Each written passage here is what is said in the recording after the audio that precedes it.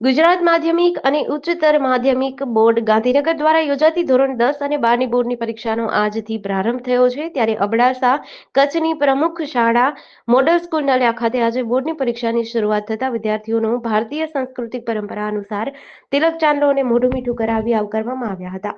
અંદાજિત 255 જેટલા વિદ્યાર્થીઓ અત્રેની શાળામાં પરીક્ષા આપશે તેવી માહિતી મળી રહી છે. સાથે તમામ વિદ્યાર્થીઓને પરીક્ષાને અનુલક્ષીને માહિતી આપવામાં આવી છે. શાળાના સંચાલક જગદીશભાઈ પરમાર દ્વારા પણ વિદ્યાર્થીઓને માર્ગદર્શન આપવામાં આવેલ, જેમાં પરીક્ષા દરમિયાન ધ્યાનમાં રાખવાની બાબતો અંગે માહિતી આપવામાં આવી હતી.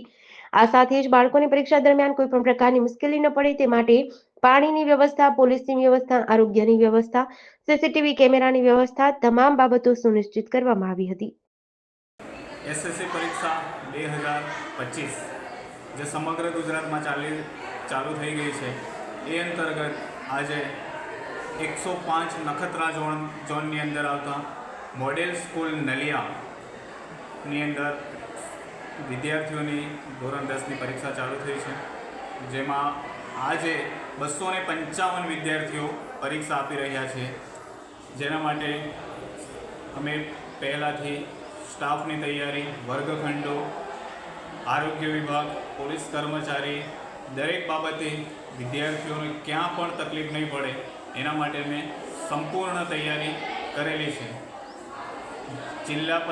જિલ્લામાંથી આપણા માનનીય જિલ્લા શિક્ષણ અધિકારી સાહેબ શ્રીના આદેશો, એમની સૂચનાઓ તથા અન્ય સ્ટાફમાંથી જે સૂચનાઓ આવે છે એનું સંયુક્તપણે પાલન કરવામાં આવે છે.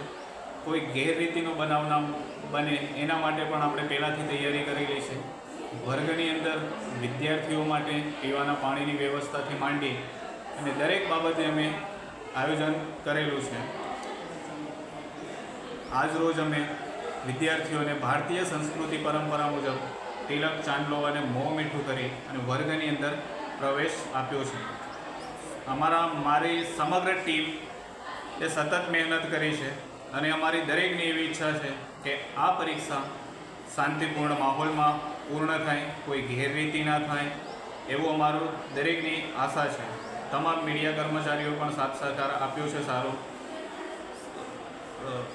દરેક સ્ટાફ જે પોલીસ સ્ટાફ છે, આરોગ્યનો સ્ટાફ છે, એમને પણ અમને હકારાત્મક રીતે મદદ કરી છે, એમનો પણ આભાર.